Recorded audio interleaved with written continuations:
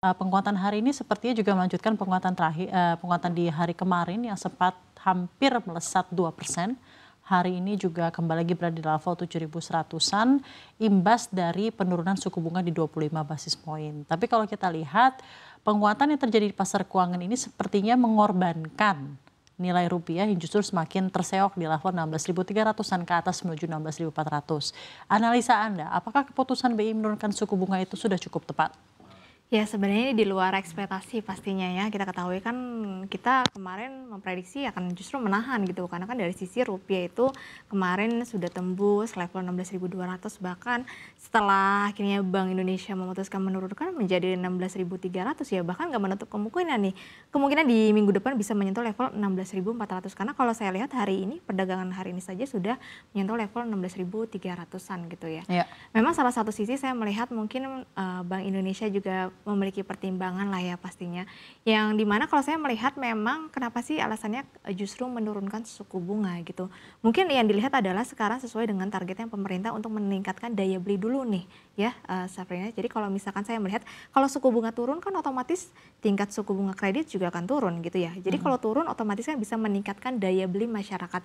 Ditambah lagi sekarang insentif pemerintah itu kan banyak yang pro rakyat ya. Ada istilahnya PPN kemarin gak jadi dinaikkan untuk jasa dan juga barang, kemudian ada PPN untuk properti, insentif properti, kemudian ada insentif juga untuk otomotif, dan juga bahkan listrik air juga kemarin kan didiskon ya. Jadi memang saya melihat sekarang fokusnya adalah membantu pemerintah untuk meningkatkan daya beli terlebih dahulu nih, karena inflasi kita tuh kemarin tercatat terendah loh ya, udah 1,5%.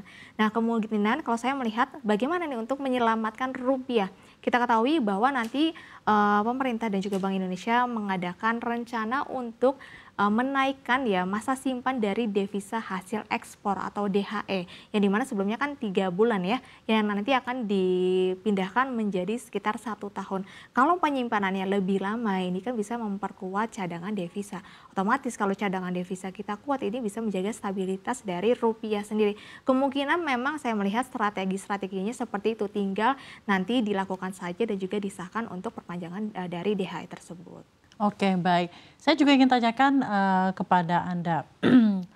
Sebenarnya keputusan dari penurunan suku bunga ini apakah memang sudah mengamati pergerakan dari data-data makroekonomi di Amerika Serikat dan dengan harapan bahwa penurunan suku bunga di Federal Reserve akan terjadi? Karena kalau kita ketahui biasanya kan keputusan mengenai 7 days reverse repo rate ini selalu ahead of the curve, forward looking dan lain-lain. Jadi memang sebenarnya ekspektasi dari BI adalah akan terjadi penurunan suku bunga yang cukup agresif dari The Fed di tahun ini. Seperti apa? Ya, kalau kita kan sudah mendengar sendiri bahwa justru The Fed tidak agresif itu gitu ya. Justru kan memang diprediksi hanya akan memangkas sekitar 2 kali saja.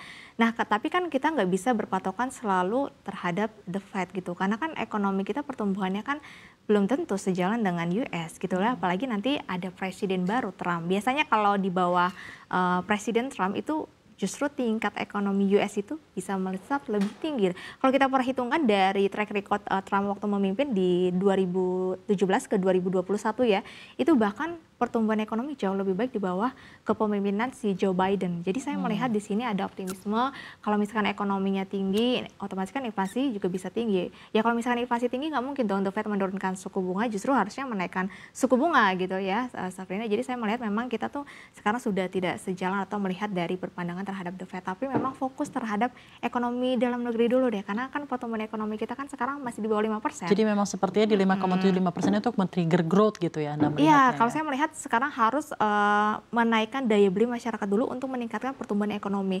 Masalah rupiah nanti kalau menurut saya harus diselesaikan dengan cara tadi ya, untuk keputusan dari DHE tadi diperpanjang dari 3 bulan menjadi 1 tahun. Kemungkinan itu akan Tapi menjadi kita salah ketahui satu juga cara. mengenai DHA ini kan juga susah ya untuk implementasinya, dan kita lihat dari sampai saat ini juga belum serta-merta sesuai dengan target yang ada untuk DHE. Bagaimana dengan instrumen seperti misalnya pembelian SBN, SRBI dan lain-lain atau SVBI yang untuk